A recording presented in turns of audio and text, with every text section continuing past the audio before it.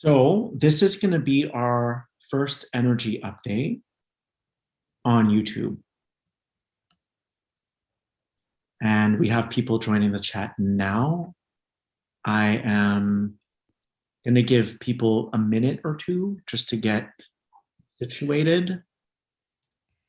I feel when we first connect, when we're like live connection, I feel we like telepathically, there's like a moment of like telepathy or like telepathic connection. And then we're like, okay, we're in, let's go. Yes, I agree.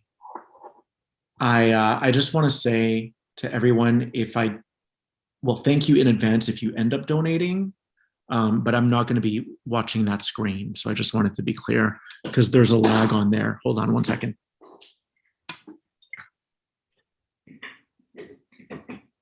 Okay. 20 seconds.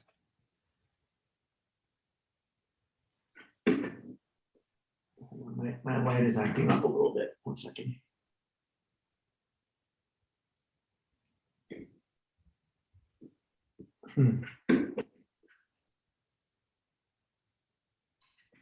Sorry, guys.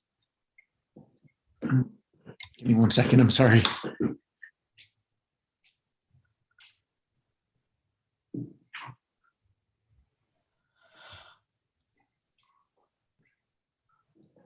Okay, we're going to try with this cord. And then we should be good to go. We're always good to go. Always. Oh, there you go.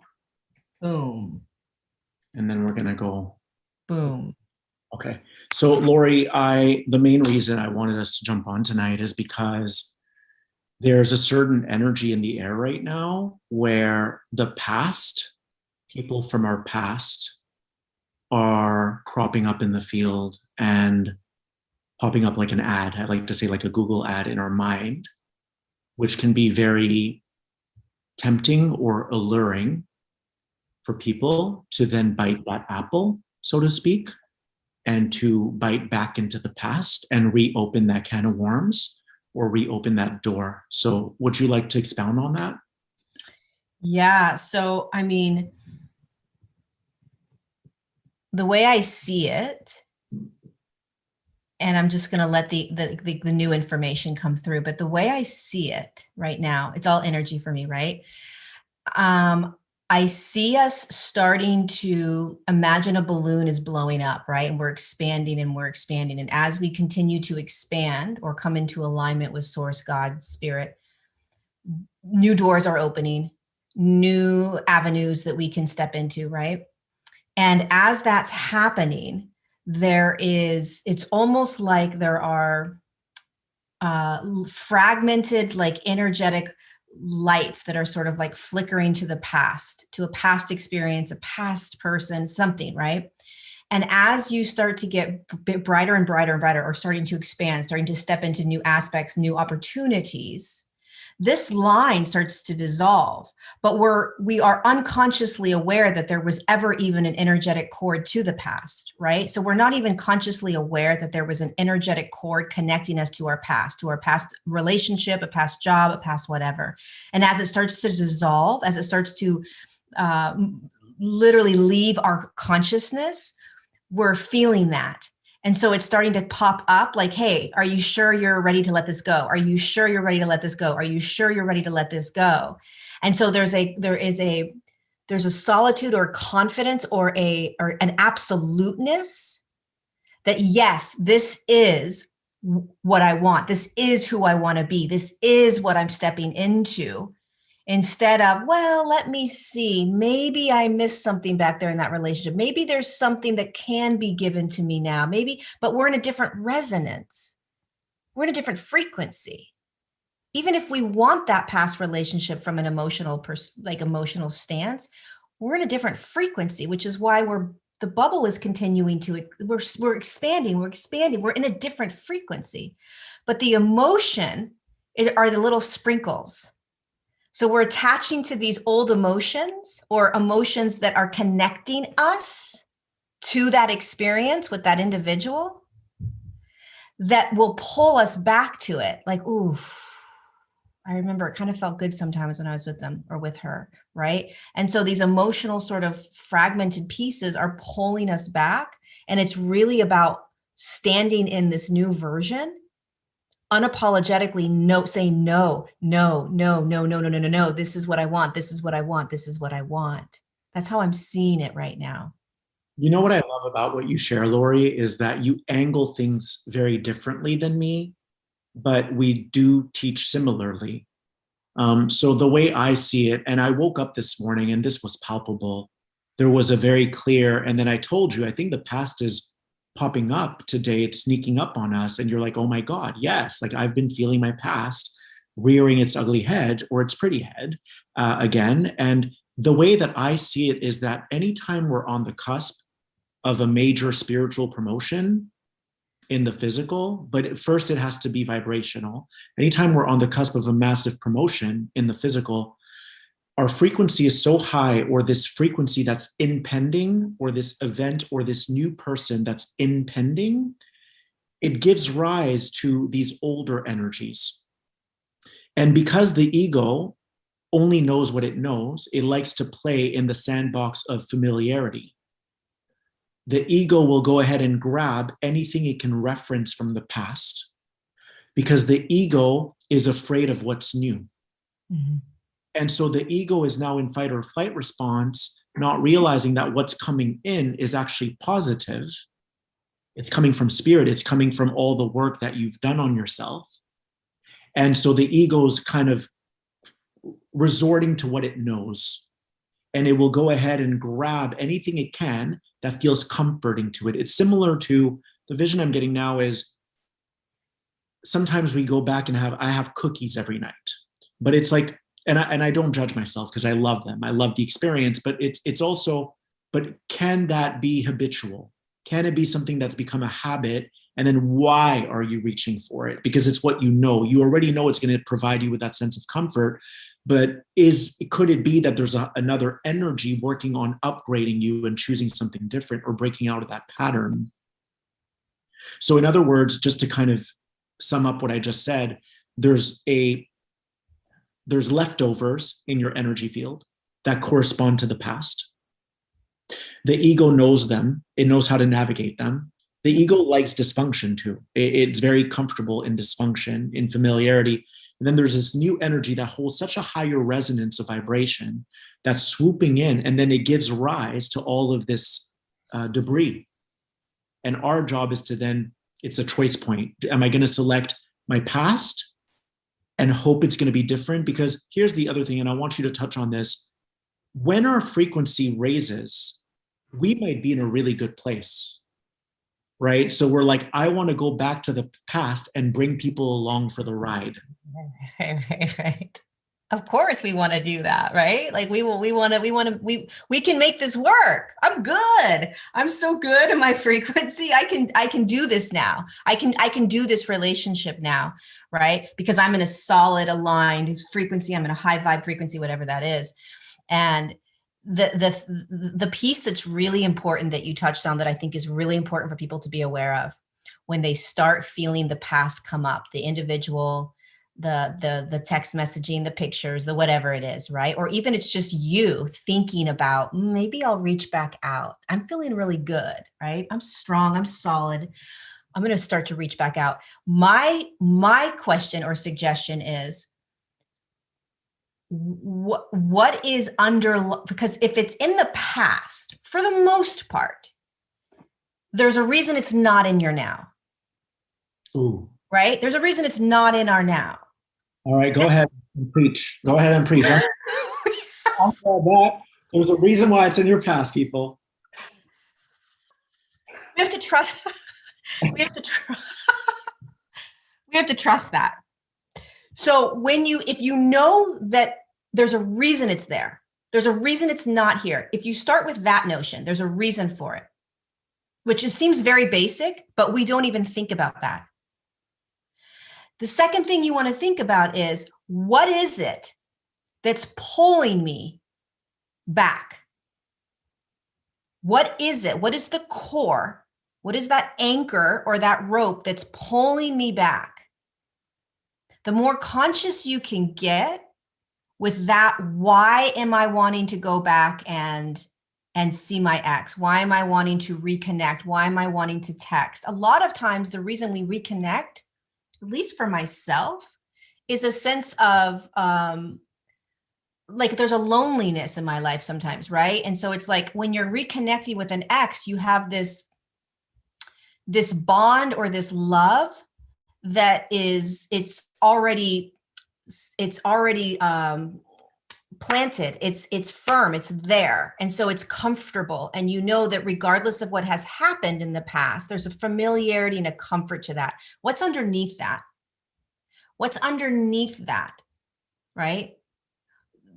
Not trusting what's coming, afraid to be alone, afraid to be with yourself.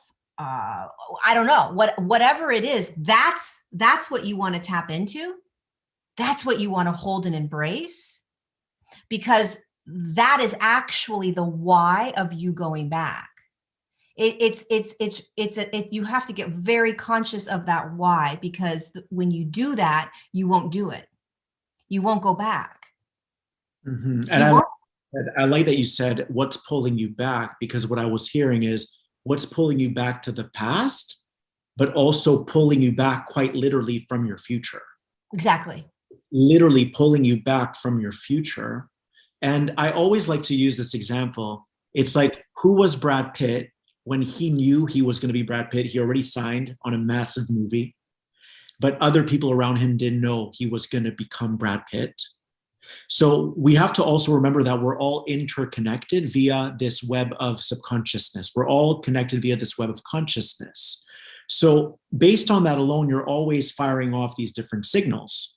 If Brad Pitt just signed a contract with Miramax, that, you know, stating that he's going to be doing the #1 top movie, the #1 blockbuster, that basically disperses into the field. And then people who don't know who he's about to become, they're going to pick up on a signal, and their own lack, meaning they might be doubting themselves. They might be wanting what they can't have because he's about to become Brad Pitt. They don't know this consciously, but that signal is dropped into the field. It's like an airdrop. Boop, we're airdropping the signal. Subconsciously, people start responding to that frequency, and then they start reaching out to Brad before he becomes Brad Pitt. They're like, oh, do you want to go for coffee? But he already knows. That's because he knows he's on his way up. He knows that he's on this ski lift. It's a ski lift that's taken him to the top of the summit, to the top of the mountain. And he's like, oh, these are just old energies that want to ride my coattails. Not in a derogatory or condescending way, but they are energies that belong to the state of lack that I used to be in with these people. And now they're sensing that there's something different about my aura, and they might want a piece of that pie. They might want a piece of that pie. And the other thing that I love that you said is it's in the past for a reason. Yeah. Similar to, you can't put toothpaste back into a toothpaste tube. You can try, but you're not going to succeed in doing so, because the past, sometimes we doubt that God was always there. Sometimes we doubt that the presence of Source was there even when you were broken. And it created this drifting apart with this other person, because it needed this other person to be on their own trajectory, and it needed to take you onto a different trajectory. And so sometimes we doubt the right hand of Source. We say, well, the only reason I'm going back to it is because I think it can be different. But in a way, in saying that, you're doubting that the universe removed that person out of your life, and that they were meant to still be there. Yeah. And that's the thing about the past. The intent behind it is so pure, because you're coming from this heart-centered space of, I'm feeling really good today, maybe they will as well, and then we can work on this pettiness, and we can bring resolution to our issues. But oftentimes that person is occupied with whatever pulled them out of your relationship. Exactly. You're not a point of focus for them. And we have to get to a place where, and then you please jump in after this, but we have to get to a place where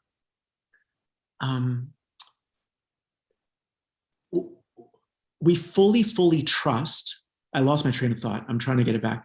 We fully trust that if our frequency is that high, that person will come get you. That person will come and pick up their phone. But think about your past relationships. Weren't you always the one putting in the effort? Weren't you always the one trying to get them on the same page? Weren't you always the one opening up about your emotions?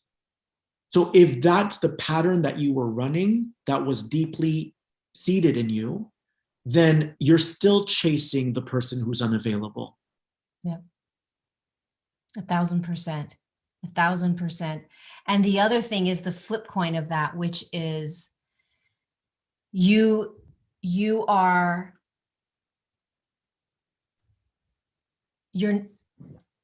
start to, I'm thinking about the person that's missing the other person, right? And it's like, I made a mistake. I want to go back. And you go 6 months and you're feeling really good, and then you start to feel weak, and maybe they're going up the elevator, right? And maybe you're picking up on the Brad Pitt frequency, and you're like, oh my God, I want to go back. I want to go back, right?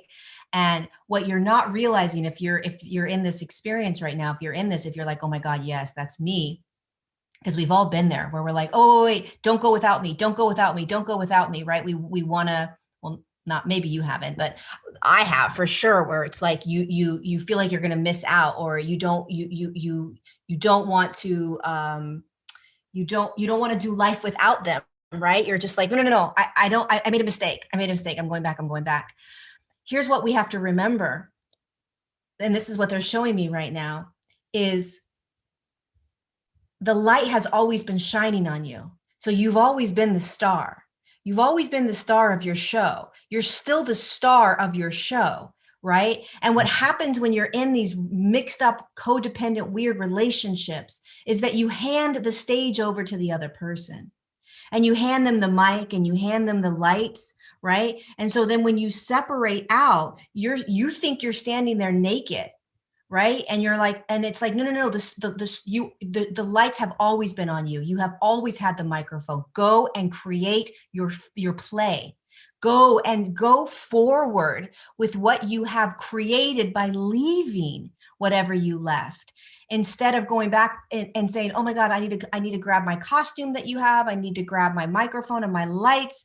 And while I'm there, let's hang out a little bit. Maybe we'll create another play. Maybe we'll do some more things. And it was never designed to be that way. If you left, it's designed for you to come back and create a new show. It's designed for you to start to create what is more expansive for you. Like visualizing, the light has always been on me. I'm creating my show. What show do I want to create? Right? Instead of, am I missing out, or what can I get from that person? Or maybe it will work this time. And there's an external focus. It's an external focus. I feel like there's probably a story that people still run, and I've done this too, because I grieved so much in 2020. But there's a story that we still run that's like, I did something incorrectly, so I'm guilting myself, and I know that I can make this right. That was my story. I was guilting myself, like I felt like I stole that person's innocence, or that I did something wrongly. And my guides are like, Phil, you didn't do anything wrong. You were just expressing. Mm-hmm. And that person held some trauma, and they couldn't meet you head on, or square on. And it's not that they're bad, or you're better, or you're worse, or they're better. It's just that there was a mismatch in the frequency, and you guys weren't able to communicate within the same planet. It's like they were on a completely different planet than you. Mm-hmm. And so the reason why you've garnered all of this creational energy is because you've literally untethered yourself from them. Yeah. Sometimes we want to take that energy of what's in store for the future, and we want to go back and apply it to the past, because we're embodying this new energy of what we're generating through this creation of being more expansive. And then we want to share it with people from the past. But the thing is, they're still not seeing you for who you are, because if they did, because I know a lot of people in the spiritual community tend to be the more sensitive ones, or they tend to be the more expressive ones, because it's the divine feminine. Most of us are more in that divine feminine energy. And if you were the one always putting in the effort, what makes you think that it's going to be different?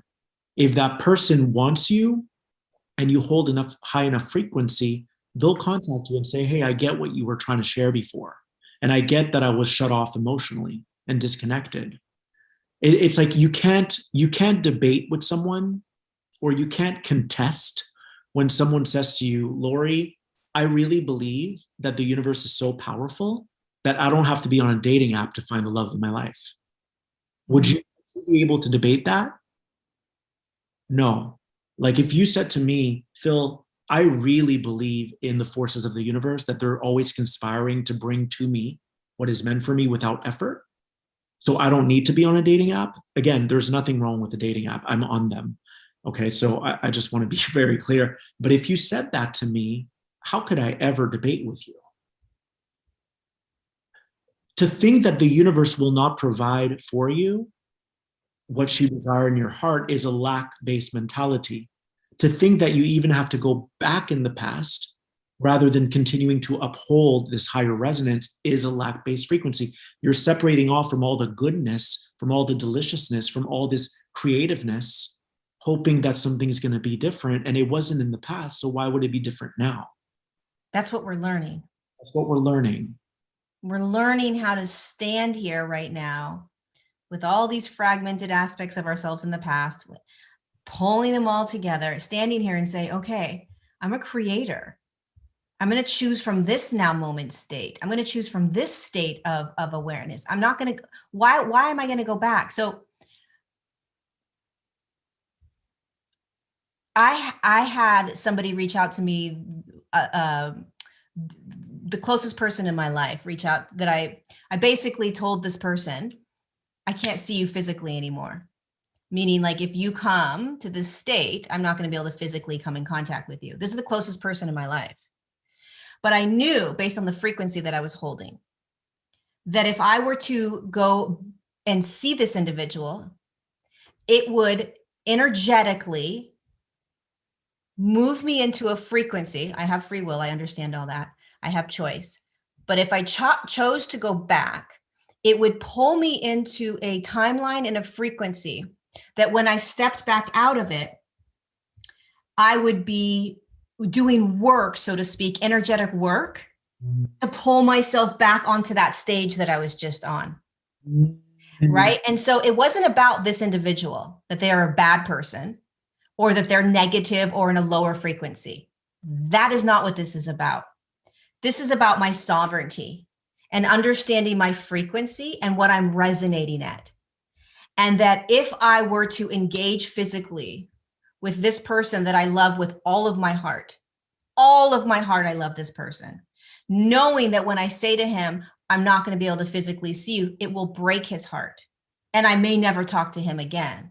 But because I have to hold myself in that sovereign field, because I have to trust my resonance, because I have to trust where I'm going and what I'm here to do and what's coming for me, I have to honor the now moment of what I'm standing in and trust that the pain that I may feel by not going back, the pain I may feel by saying the truth that I have to do, that I have to say, is for the highest good for both of us. And that the comfortableness of going back is not worth where I am and what it took for me to get here,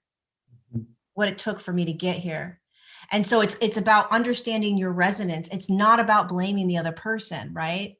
It's not about the other person doing anything. I mean, I told you I had a thought this morning of like, oh, I wonder if I can ask this person to go on a date with me in a year from now. It's so random. Like, because I still love them. I still love them. But here's the thing, what I found, because I've tried repeatedly to get back into their life, to try to become what we were, to try to mend all our issues, to try to repair things. I've tried, but it always backfires. And I think this is another important point that I want to draw tonight. Sometimes we keep fighting for something when the human having its experience is, without having to speak, is placing a request to leave them alone. No. They're requesting that you leave them alone. That's why you keep coming up against resistance. And with this person in my life, I kept finding that it didn't matter if I went out to shop for them or I did something nice like pick up food for them or, hey, I really miss you. I really want you in my life again. There was no reciprocity. And I kept thinking, well, maybe this person is going to align to their higher self because I know that their higher self loves me. But we've had some issues, that's all. But then my guide said to me, Lorie, they said, the human that's having this finite experience, and who knows what's going to happen in the future, but right now they're having a journey where they're empowering themselves, where they found their voice, where they took their power back from you. So you need to applaud them in your own mind. And they're actually making an appeal without having to tell you that they want to be left alone. And I think sometimes when we do preemptively get in touch with them, which means that we try to salvage the relationship when they're not asking us, we're being self-saboteurs. We're sabotaging ourselves because it may very well be that in another now moment, the universe will join you guys together again. But sometimes we interrupt the universe's process thinking that we know what's good for us, as opposed to continually processing the emotions that come up for us. When our only job, and I'll never forget when my guide said this to me years ago, Phil, you were never supposed to play with form.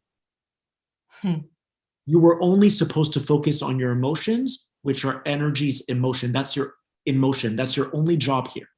Your only assignment on this earth plane is to focus on your emotions, to raise your vibrational frequency, which then subsequently raises your magnetism. And when your magnetic resonance is high enough, then people come back to you, or the new situations find you. That's it. And I think sometimes we think we're really smart, but we're not. We're dumb. Humans don't know anything. There's a higher intelligence, and without this higher intelligence, we would all basically kick the bucket. All of us would just fall. We're hooked up to this incredible source of light. And I wouldn't be on this video right now if it wasn't for this shirt that's from Gap. I wouldn't be on this video if it wasn't for this computer. Everything is a co-creative effort. And I think we lose sight of that sometimes. But if this light above was turned off, we'd all die right now. So my point is, we think we know, but oftentimes the universe just is trying to orchestrate and calculate and coordinate all these incredible, miraculous happenings. And we cash out before the transaction is done. So do you want to speak to that for a minute? I just want to say that what you just said, that clip about the emotion, as you were speaking, my guides were like, that's the Bible of being human. That's all the human ever needs to hold, is that right there. That clip, what you just said about that all we need to do is experience the emotion, whatever that was. My guides are like, that is the only thing the human needs to focus on. That is it. Like that was it. That sums it all up. But I just keep seeing that what we're in right now, you guys, this energy that we're in, this frequency that we're in. I'm going to grab my plug 1 second. Yeah. What we're in right now, it feels so massive. It's almost like, and the reason we're bringing up the past is because the past is another little like trickster that kind of tries to trick you into pulling you back. It's like, do you really believe that you're that powerful? Do you really believe that you can have anything you want? Do you really believe that you're a creator in this reality? Do you really believe who you are innately? Do you really believe it? Right? It's like these little tests. And what I wanted to say for you personally about going back, right? So if you knew, and this is for people that are like manifesting a new relationship or intending a new relationship, here's what I like to do. If you knew that the individual that's like the end all be all amazingness was about to walk through your door in like 3 days. Ooh, this is good. Ooh, this is getting juicy. If you knew, I'm asking you personally, if you knew that in 3 days you were going to run into him, the man, the partner, the one that's the good one, would you still feel the same way you felt this morning? Well, that's a really good question. I think for me, I'm constantly getting different flash images. Like this morning, I wonder if I can ask them on a date in a year from now. I'm in tune enough with myself now to know that they're not the one. Because back then, I was as divine as I am today. I was as divine. And I know what I need in a relationship. I know where I want to be met. I know the boxes that need to be checked, and I'm not high maintenance. I just want someone who is loving enough to not shy away from communicating. Mm-hmm. Someone who's expressive, communicative, and is able to get mad, but we're going to find a way to work out this kink. So my answer to you is, when these different timelines pop up for me, I know that it's a lie. So going back to your point of the past is a trickster, I kept hearing from the guides while you were saying that we have to find compassion for the ego, because the ego is just trying to protect itself, and its whole job, your whole life was to protect you. Yeah. So it's trying to protect you, but it's also a trickster in that it wants you to be baited by it to create more destruction. Because think about it, the past is a slower vibration than where you are now. You're more empowered than where you were now. You're as divine, so don't get me wrong, you're as divine, but you have more wisdom. Yeah. You're able to move faster. The ego doesn't vibrate at the speed of the higher self. It just doesn't. The ego is like one notch behind. Yeah. I would say that to the guides, we are like the ego, and then we have an ego, and it's like a Russian doll. But the ego is one notch behind, so there's no way that it can oscillate at the frequency that you're now oscillating at. So what it wants to do is it attempts to pull you back in, or rope you back in, or hook you back in to the slowness of that vibration. And when you do that, you're back in drama, you're back in toxicity, you're back in rejection, you're back in self-sabotage. It's looking out for itself. It's afraid of the unknown. So to find compassion and extend compassion to the ego and reassure it, sweetheart, something better is around the corner. Like, just trust me, the person who is holding you right now, the ego isn't the enemy. Mm-mm. But it is a trickster. Yeah. Because it's in survival mode. Yeah, it's designed to protect us. It's like, I know what to do here. I've got your back. I'm going to show you how to I'm going to do everything I need to do to make sure you're solid and good, right? That's how I see the ego. The ego's like, girl, I got you. I'm going to keep you so safe. Trust me, I know exactly what you need and how we're going to get there. And it's only doing what it has learned to do from all of our previous experiences. So it thinks it's got it. It thinks it knows how this whole thing works.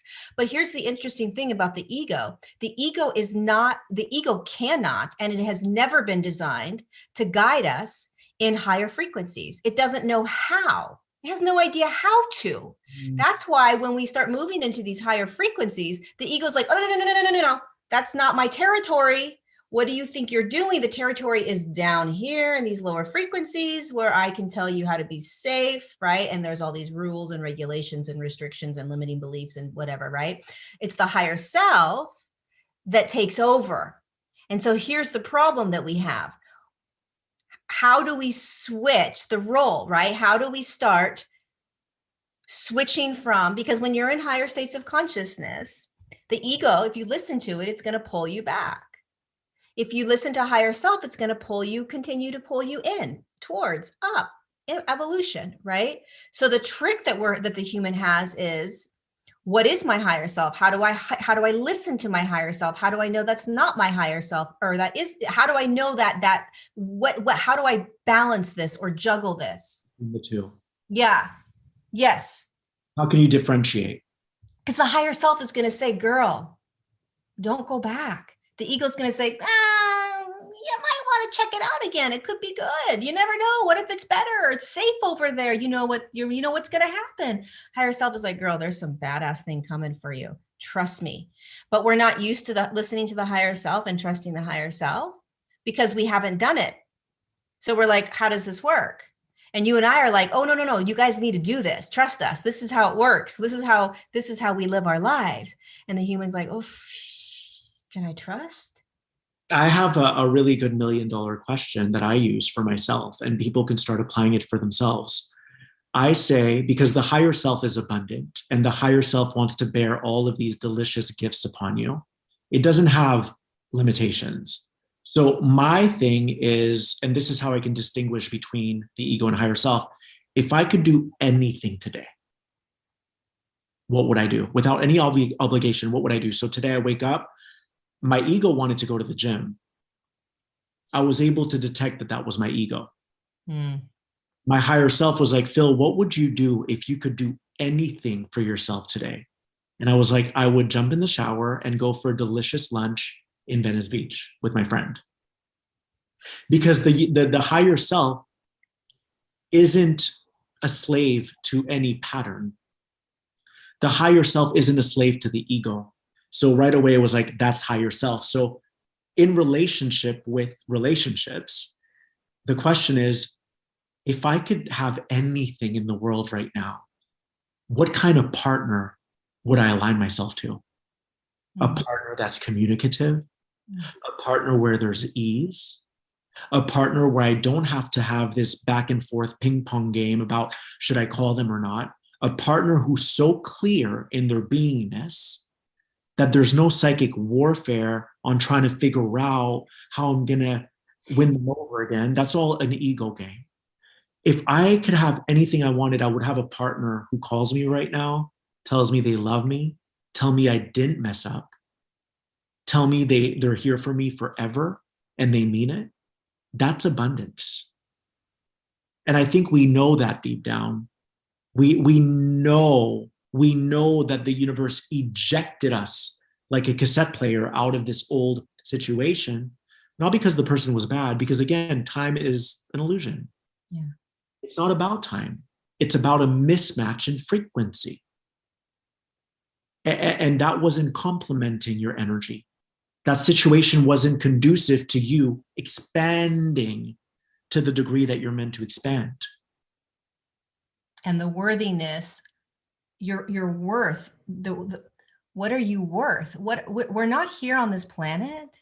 We're not here in this human body to suffer any longer, even though there's millions of people suffering. We're not here to continue to play out those old patterns of the victimhood or the hamster wheel of let me try to make this work. Let me try to make this work. It's totally fine if you do that. It's absolutely 1000% okay. But the evolution of the human is to start to step into an abundance and in an expanded state of consciousness where that doesn't even make sense, right? Like it doesn't make sense that you wouldn't be receiving everything that you would like to receive and that you're creating. So you have to start examining your life with compassion. But you start examining your life and where in my life am I completely unhappy? Then you listen to your limiting beliefs. Well, I have to be there. Okay, that's a limiting belief. Maybe you do have to be there, but do you really have to be there? And we start examining where in our lives are we in that lack or in that victimhood or in that restrictive state. And then we slowly begin to say, okay, do I want to stay in this or do I want to start to shift? This is how evolution happens.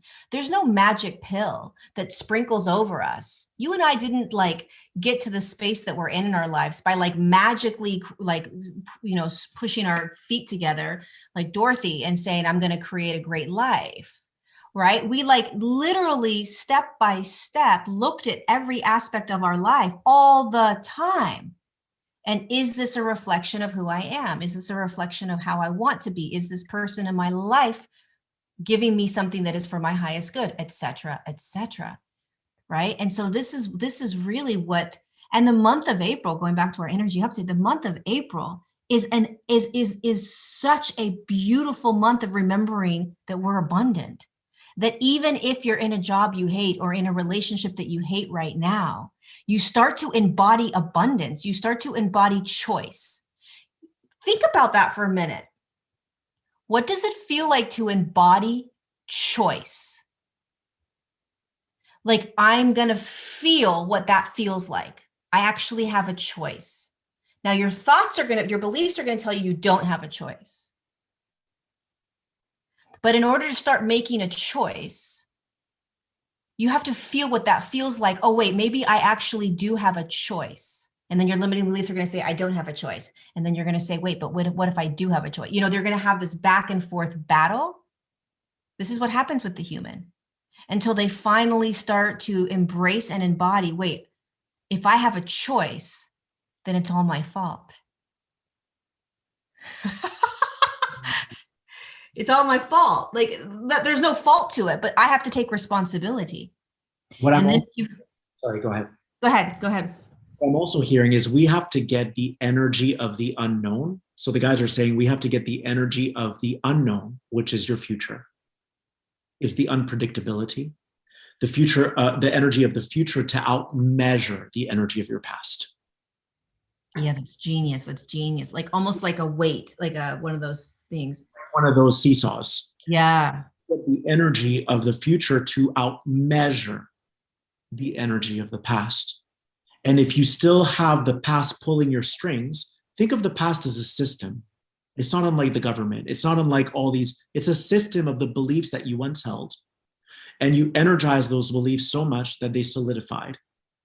And then those structures started governing you. So those structures are going to keep pulling at your strings, Come on, come back, because it's a structure that governed you for so long.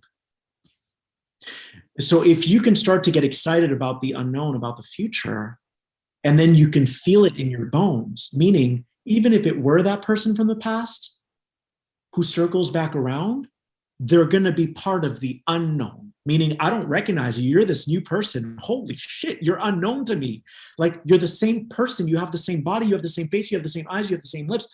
But you carry an energy that's unknown right now. Like, I hardly recognize you. But when you said embodying choice, immediately I saw time just dissipating. Time was gone. And every now was its own exclusive moment. And you had full agency in that moment to decide what you want. That's creatorship. That is being a creator, is choosing from moment to moment to moment based on what would be the best thing for you right now. What would feel delightful to you right now? So I guess what I want to ask you, because we'll probably wrap in a minute. What I want to ask you is, for people who are like, I get that, but can you give me practical tips, Lorie, to ensure that I'm headed in the right direction by not calling my ex, by not picking up the phone? Like I hear you, but it's easier said than done. What I like to say is easier once done. What are some practical tips you can give me to make sure that I'm deciphering correctly that I'm not supposed to go back? So basically, how do you know that you're not supposed to go back? What if I'm supposed to go back? Because here's the thing, right? Let's face it. If the forces of the universe can strike you with lightning and then you're dead, meaning it shows you bloop and you're dead from lightning. Yeah. Then of course it can have someone gravitate to you. I mean, come on, right? But someone might say, well, if that's the case, why am I the one lighting up wanting to call them? Maybe I'm supposed to be a conduit for source. Maybe I'm supposed to be a conduit for the universe and reach out to them. No. So here, I'm feeling inspired. The universe is putting me in charge, has elected me to be the one that reaches out to them. No, no, no, do not be that like spiritual hero.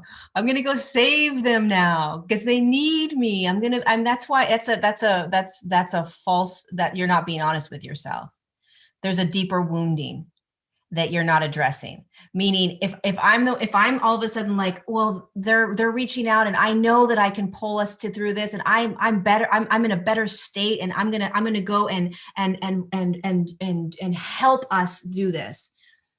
That's first of all, that's very codependent, number one. And number two is that's there's a trauma that you're still playing out, because here's the thing. Here's what I do. And here's what I encourage people to do. What caused you to separate in the first place, whether it's a job, whether it's a person, whether it's a house, what you can't deny or ignore that pulse or that frequency that literally finally catapulted you like a rocket out of that relationship. Or maybe you freaking like were dragged out from like a battle war, right? Something on an energetic level pulled you out of that. So when you start to think to yourself, I'm going to go back, I think it's a sign because this person keeps calling. Stop and ask yourself first, before you say, yes, I'm going to go back, this might be the right thing. Tap into the frequency of why you left in the first place. The core of why you left, the experience, embody it. After you embody it, then make the decision. Because 99.9% of the time, if you tap into the core frequency, the core experience, the core purpose, the core reason of leaving, the energy of it, you guys, not the thought of it. Like, well, he said this and she said this and then I did this. And no. The energy of it. What did you feel? 99.9% of the time, you won't go back.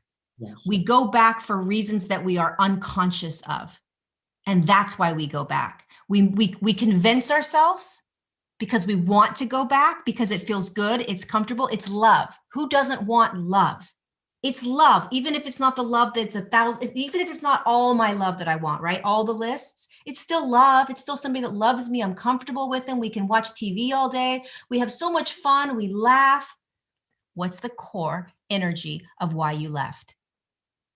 Because it's an unconscious knee-jerk reaction that we have been programmed to do, to go back one more time. Let me try it again. Maybe this time it will work. That's unconscious and it's trauma.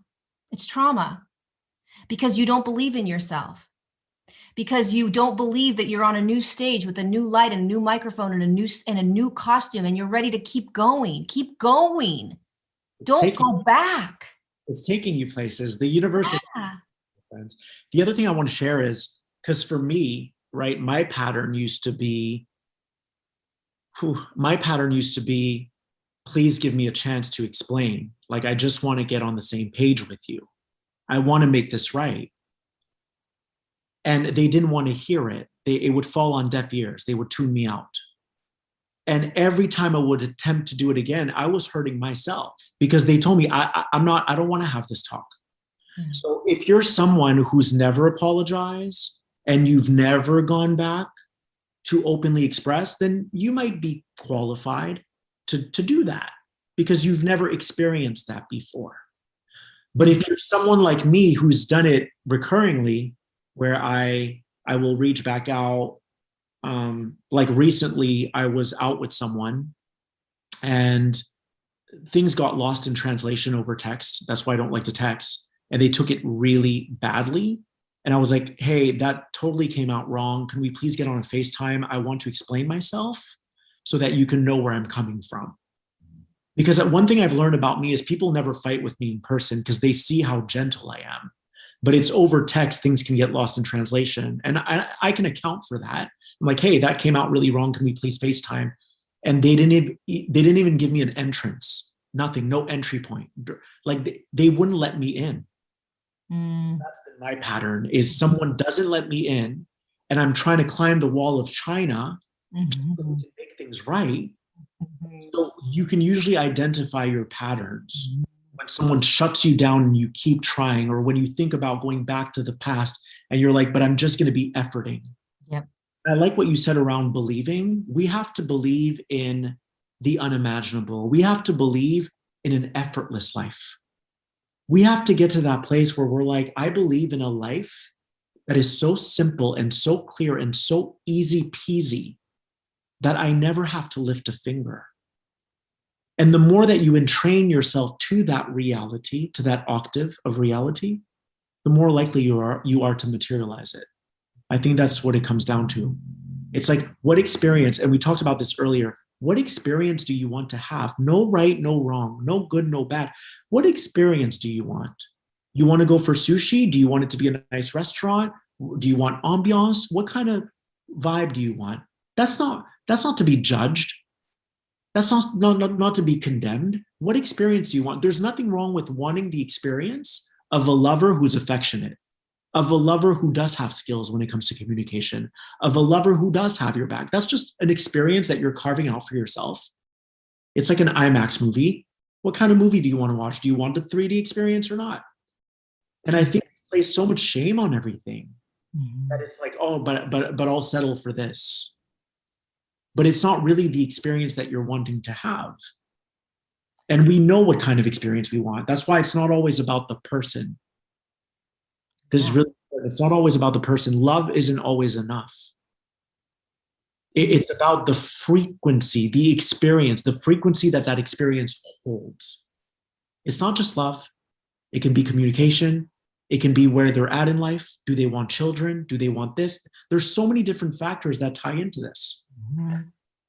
And the other thing that was coming up was, especially for women, I'll just say, is this sense of I have to be selfless.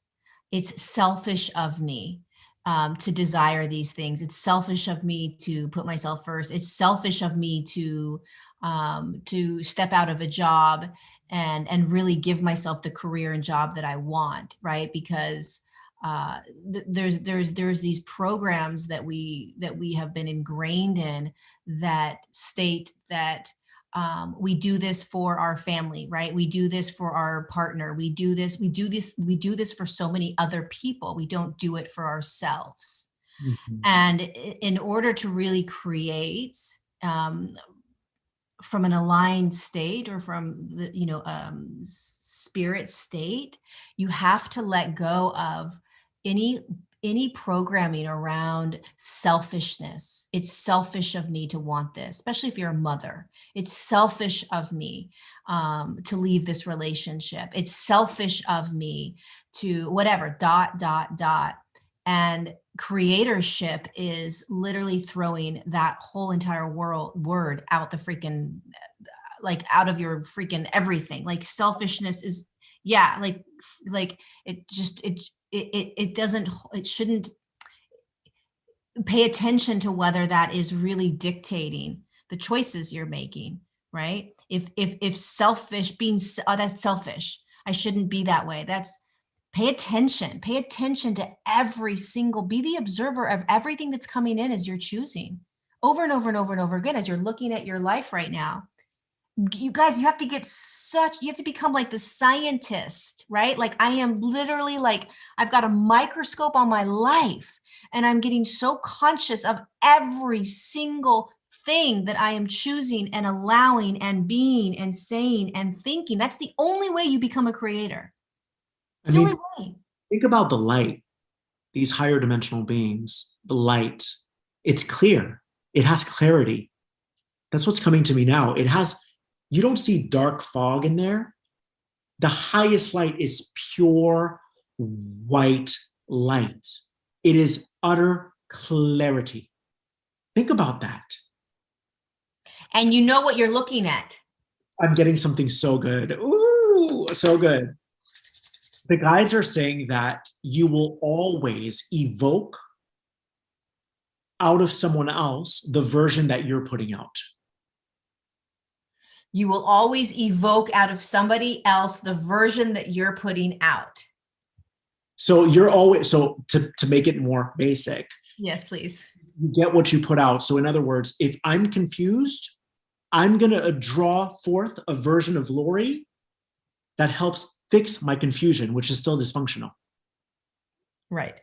Right? So if you are in a state of confusion, wondering if you should, toggling back and forth between should I reach out to my ex or not, that's a state of confusion. Oh, I'll just do it. You're coming to the table with the version of yourself that's confused. And as a result, you're going to draw the version of them that lets you know you're confused. 1000%.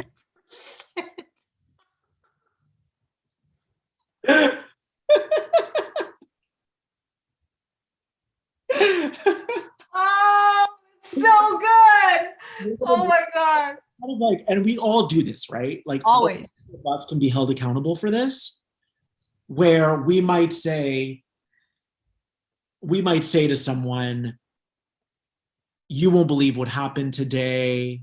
I saw a synchronicity and it just completely changed my life.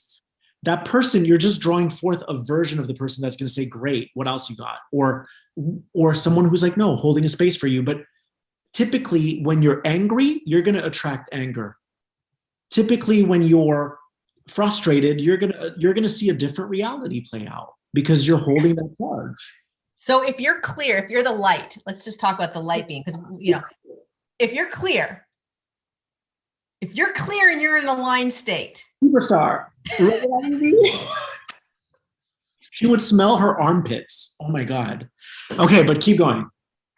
If you're in a aligned state, you're like, every decision you're making is always for your highest good. That's what it means to be in a aligned state. Everything you're doing, it's for your highest good, right? It's for your highest good. It's clear. You know, there's no trauma that's impacting the choice. So ooh, good. It is. Damn, girl, that was really profound. There's no trauma that's impacting the choice. Okay, keep going. Okay. If you're in that state and you start to think about a past relationship, or a past relationship starts to come into your frequency, right? They text, they phone, whatever, or you start to think about them. From that aligned state, let's just say you reach out, right? And we're talking about what you were saying, right? That you reflect, that person's going to reflect back your state, yes. Right? So you're in that aligned state and you reach out, right? This person shows up. Here's how they're going to be. Here's how they're going to reflect back. It's going to be an absolute dissonance, because the state that you're in, the aligned state that you're in, there is no way. So when you reflect it, right, you're going to reflect back this aligned state, which is not them. Ooh. Right? It's not them. So what are you going to get back? Dissonance. It's not you. It's not you. You're not, they're not, nope, they can't match you. So it's not that they're holding the same frequency, which is why it's matching you. It's that your reflection, your light, your aligned state is connecting with them. Your aligned state is, whatever is for my highest good is going to be presented to me. I'm going to see what's going on with my ex for a second. The ex pops into your reality. You're in that aligned state, which means I know that everything is for my highest good. You connect. It's an absolute, oh, hell no. That is a reflection back to you that you are in an aligned state. And then you say, oh, nope, I'm going to let you go. I'm going to move forward now, right? That is the difference between going to an ex in an aligned state and going to an ex in a trauma state. I miss you. How are you? What's going on? Do you want to hang out?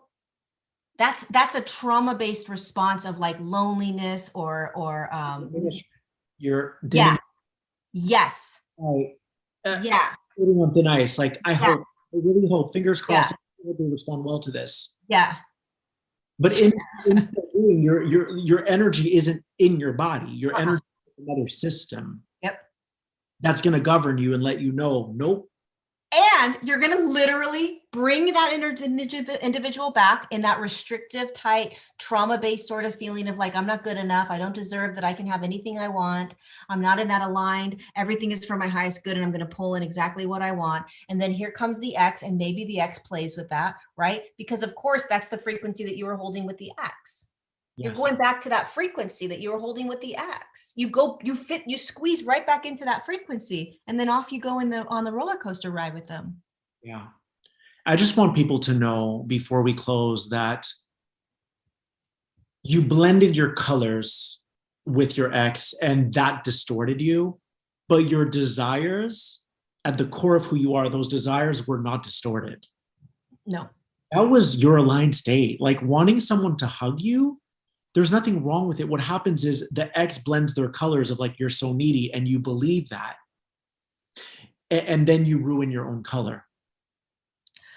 Or you play out trauma in that relationship that you just needed to play out, you know? I think if everyone were to take the stance of, I'm really just creating an experience, it's not personal, it's just vibrational. If you want to be a part, if you want to join my movie theater, if you want to join this thing that I'm carving out and mapping out, you're welcome, meaning the field will bring them to you. But you're always going to experience it through the lens of your desire. Yeah. You're experiencing this differently than I am. Yep. Based on what you've mapped out. Yep. So it's just carving out an experience. That's all it is. Yeah. That's all it is. There's nothing wrong with that. There's nothing to be ashamed when it comes to that. No, but can you be acutely aware? Can you, how acutely aware can you be of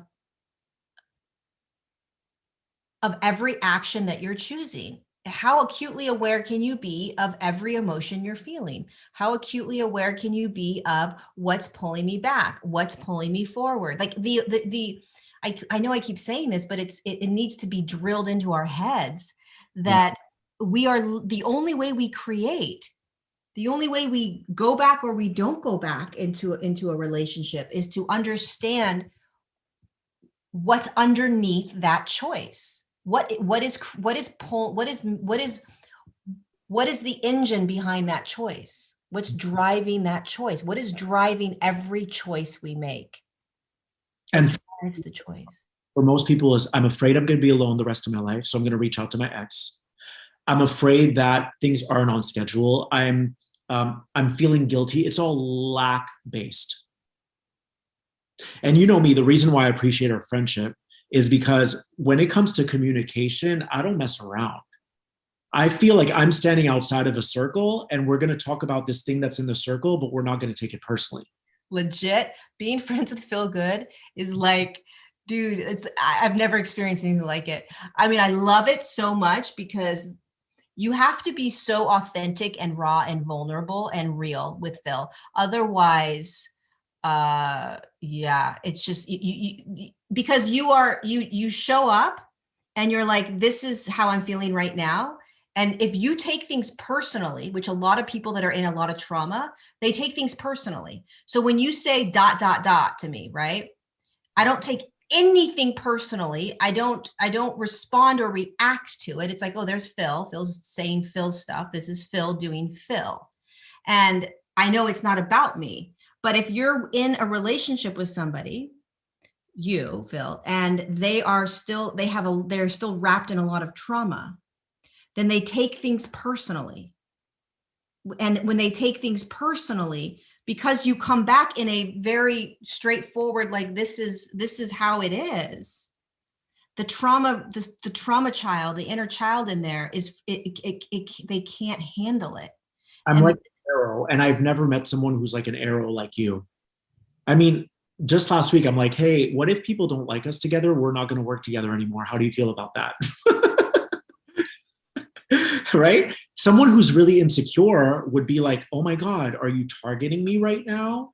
But you're like, no, that's a possibility. People may not like us together. And that's something we might want to look at. Yeah. That to me it's so mature to go, it's not about you, Lorie, it's about this thing. Right. And like one of the things when I was with you in person is when I really felt it. I really felt like what you must have gone through your whole life, because if your natural sort of beingness, I don't even know why we're going in this tangent, but your natural beingness is to reflect back to the person, their shadow. So, and without doing it in any other way other than just being you. Yeah, I'm just me. you're not trying to like, oh, I'm now going to point out a shadow aspect. You're just doing you. Yeah. Okay. But when you're with you, you have to be able to be so naked, like, oh, this just got pinpointed in me, right? And then being conscious enough to realize that it has nothing to do with you, right? So a lot of people I imagine in relationship with you would instantly throw it back on you. Why are you doing this? Why did you say this? You're making me feel this way, blah, et cetera, et cetera, et cetera. Instead of looking at, wait, what is this pulling up in me? What is this bringing up in me? Wait, what is this about? Where did this come from? What year did this come? What year did I start experiencing this, right? What year did I start experiencing this fear of abandonment, right? Or this fear of like, whatever it is that came up when I was with you in person, right? It was like, wait, what is this in me? And being able to like know that it's me. But I just want people to be happy. That's the thing. Like, Yeah. if I feel like you're like not wanting, if anyone doesn't want to chill, I'll be like, yo, do you want me to leave right now? It's totally cool. Like, I'm just like that because I want everyone to be happy. But then people feel exposed. Like, how do you know that? But I don't care. I just want you to do you. I just want everyone to be happy. I know people, I don't know. It's like you have to, you love humans so much. Yeah. Like, so you love humans. You have such an amazing, like your heart is so huge for humanity. I have no filter, right? Nor, you know, and so a lot, your role, one of your roles here is to trigger. And you know why I have no filter? Because there were times in my life where I felt an energy from people and I ignored it. And then it would build up and build up and build up and build up. And I don't let that happen anymore. I'm just like, yo, what do you need to be happy right now? Yeah. But anyway. Yeah, I loved when you texted tonight and you were like, hey, I know the timelines change really fast. How are you feeling? I was like, this is the best. That's just how I am. Like, this is the best relationship ever. I was like, oh my God. Do you want to tell them what happened? With what? With that timeline thing. Like we talked about going live earlier. Yeah. Yeah. And then and then 3 hours later, I texted her. I'm like, yo, I know Yeah. I just said, like, I know timelines shift really fast. How are you feeling right now? Yeah, we talked it like 4 hours ago. And we were like, okay, this is what we're going to do. This is how we're going to do it. And I live my life so moment to moment that like, I just can't really make plans because I honestly just, yeah. And so I really didn't know how I was going to feel. And then when you texted right before we were going to go, you're like, okay, listen, I know the timelines change really quickly. So where are you at right now? And I was like, oh my God, this is the greatest relationship I've ever dreamt of. Because I would do it if you were not feeling it, you know? Yeah. But like for somebody to have an awareness of, for somebody, this is important, to not be attached. Yeah. You know, we humans, and I have this my whole life, is that there's, if you make a plan with somebody, then you have to fulfill that plan. You've committed. And that's one of the, like a program that we're designed to do. Right. So to be able to not, what if I don't feel like doing it when it's the time, right? Or, I mean, everything is changing all the time so fluidly that a lot of us, humanity is going to start to step out of this. You said you were going to do this, and so now you need to do it. You committed, you have to fulfill that commitment. That's why I love you, because I've never met someone like you. Lorie said to me, she's like, hey, I'm going to start planning events in person. And if you decide at the last minute that you want to cancel, I won't be mad at you. And I was like, are you sure that you wouldn't be mad at me? Like, are you sure? She's like, yeah, I just want you to be happy. That's why we mirror each other. So you're so spectacular. I'm like, how did I? But I know how. It's because I knew it was possible to meet people who are that conscious, who don't take things personally, and who mean it when they say, if you cancel at the last minute, Phil, if you bail, I won't be mad at you. Like, that's rare. It's rare to find someone who literally just wants you to be empowered all the time. So that's how you're like, you're the manifestation of what I knew was possible. Yeah. All I would ever want from you is to be yourself. So if I would never want you to commit to something and then not want to do it, but do it out of a commitment, like, please don't show up, only do you, only, and yeah, it's the best. It's the best. And my brother, who's planning these events for me, he's adorable, because I'm like, hey, listen, I don't know what's going to happen with Phil. So he may or may not show up. He's like, he's going to show up. Don't worry. And I was like, yes, but we're going to plan him not showing up. And then when he shows up, we'll be like, yes. He's like, he's going to show up. It was hilarious. It was so cute. Because doesn't that right there speak to when you're not attached, everything happens. And so now that I've experienced this friendship, people think we're romantically involved. We're not, we're friendship. Why would I ever go back to my ex if I know that this is possible? If I know this is possible, and then when you're not attached to people, you do end up showing up because there's no pressure. But if you're thinking about your ex and you're like, I think I'm going to call it, that's all pressure psychically. That psychic pressure is already announcing to you that it's not going to go well. Yes. That psychic pressure is already notifying you this is not going to bend in your favor. Yep. Because someone like Lorie, you wouldn't feel psychic pressure with her if you were talking to her in your mind. What's psychic pressure? Huh? What's psychic pressure? Psychic pressure would be like a friend's asking you out to dinner, but you know that this friend might get mad at you if you say no. So you already know, like, by playing with how am I going to say this to them, the fact that you're even saying how am I going to say this to them is a red flag. Yes. Because if you were to say, do you want to go live tonight? I'd be like, no, I'm not in the mood. Nothing. There's no filter. That's because we have a safe space together, because we're compatible. But a psychic pressure would be the psychic attack of how am I going to play this? How can I say this to not hurt that person? That right there lets you know where they're dwelling in terms of their consciousness. You're tuning into all their jagged edges. Ooh, so good. The shadow work they haven't done yet. Yes. You have to ask yourself, am I in vibrational accord with this? Because I have the same edges. Yes. And then loving yourself enough to step away from that and say, I'm no longer going to play small. I'm not going to align with people where I have edges. That's big. So in other words, the psychic warfare that you feel when you're about to say no. Yeah. And your psychic antenna knowing that they're not going to take it well. You're dealing with an ego. You're dealing with an aspect of the person that's still in the ego. So you're associating with that, and that's a part of your reality.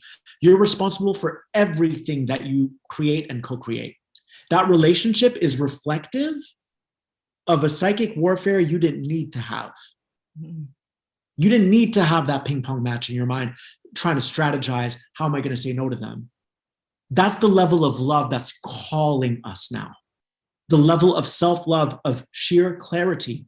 If it's mucky, if it's murky, if it's filthy, if I have to find a way around this in my mind, then the only way you're going to enhance your psychic ability is to believe that what's in your mind is true. Mm. Think about that. The only way that you're going to enhance and heighten your consciousness, if you believe that the interplay that's going on in your mind is valid. But it wouldn't be real. It'd be a fake sense of grandiose. It wouldn't be real because you're believing those limiting beliefs, those limiting thoughts. You're believing you're playing small. So if you're neutral and you've cleared your trauma, like for me, I could talk to someone and it's not personal. Right. I'm never going to take anything personally. I will right away be able to tell if they hold trauma. So quickly. In 2 seconds. Yeah. So if in your own mind, you're having this conversation of, I want to say no, but I'm afraid because I don't know how they're going to react. That person is an aspect that you've invited into your reality. Yep. Are you loving yourself? Because honestly, when you truly love yourself, you refuse to play small. Like you said, you refuse to play small. You're like, I only want clarity. I want people who are conscious, who are clear, who are coherent, and who are communicative. So it's an opportunity. It's an opportunity to say, do I still want this person in my life? Yes or no, whatever. You can still have them in your life. And it's an opportunity for you to say, here's an opportunity, Lorie, right now for you to step into that aligned, empowered, sovereign state, right? Speak the truth. Speak the truth, regardless of what kind of like Jedi mind trick stuff that you're picking up that they're throwing out, right? Speak your truth. It's an opportunity over and over and over again, over and over and over again. I think what you're tapping into right now is a huge barrier that a lot of people have. The guys always say to me, only because obviously you don't want to be unreasonable and not have anyone in your life. So the guys always say to me, only engage with the aspects of the person that are in alignment with you. So this morning, someone texted me. It was a drama. I'm not even going to respond because I'm not engaging with that aspect of them. That's the reality I'm creating. So everyone has nice qualities, but only engage with the aspects that represent what you're moving into. Which would be you saying, I'm not showing up. I'm not going to dinner with you, regardless of how they respond based on their ego and trauma. Exactly. And then you move into a level where you don't even respond anymore. Exactly. You don't even have those people in your life, because if you're in a pressure cooker, like, oh no, they might be mad, those people probably shouldn't be in your life. Right. I mean, eventually there comes a time where it gets very thin, what's around you. But in the meantime, it's like, because what happens is there's so much trauma still in humans. God bless them all. There's so much trauma that how many times are you going to meet them at the aspect that you're willing to meet them at by you saying, I'm going to cancel tonight. And then they say, you always do this. You never fulfill this. How many times are you going to play ping pong with that before you say, you know what? I think I might be done. I don't want to have to keep defending or not being accepted, not being seen, because it's basically the person's trauma is trumping the authenticity that you're showing up as. Yeah. And I think for a lot of people, for all of us, to be honest, it's really just the going back to distinguishing between, is it trauma that you're holding? So the universe has this other person in your life because you're meant to overcome this obstacle and say no, meaning you're scared to say no. That's great because it's an opportunity to step up. Or are you truly free of trauma? And if so, why are you still allowing this person to kind of be there? Exactly. That's a whole other conversation. That's a whole. Well, and also I always think about Jesus, because Jesus would be like, like I don't think Jesus would even say, I don't want you in my life. I think Jesus would just literally just keep doing his thing. It wouldn't even be a thought process, right? Like it would almost be like if this person kept calling Jesus, I think that Jesus would like, let's say you have a friend that's always putting pressure on you to see them, always putting pressure on you to hang out. And every time you say no, or every time you make plans and then you say no, they give you a ton of crap, right? What would Jesus do in that situation? I feel like he wouldn't respond. Right. Like he just wouldn't even put the energy into it. He wouldn't end it. He wouldn't say like, I don't want to be friends with you. Get out of my life. He just would just keep going on with his day. Like he'd go get ice cream or something. Yeah, because where you put your energy is what you're going to reap. It's just an energy game. That's all it is. And is that energy aligned with this sandcastle that you're building? Right. Is it good, or can you use that energy to keep building your sandcastle? Yeah. And this doesn't mean shunning people, Mm-mm. right? It's about knowing where you are, having invisible boundaries, knowing what you can do and what you can't fulfill. And then that's it. You call it a day. It's it's being so fully authentic. Yeah. It's being so No filter. Regardless of the other individual's response or reaction, no matter what, you show up as you. regardless of how anybody responds and anybody reacts. And the more you practice that, the more you are okay with their reaction and response. It doesn't matter. It's not about you. So, and you're also teaching them how to refocus that trauma response, which is like, what's wrong with you? Why are you doing this? Why are you not showing up? This, you're supposed to be my friend, whatever they say. The more you speak that authentic truth, the more you are allowing them to sit back with their trauma, because you're not playing it out with them. Yes. You're not playing it out with them. I love you. Thank you for the talk. I love you. Thank you for the talk. You did it. That was amazing. Thank you all for joining us, and I will see you guys on the next live.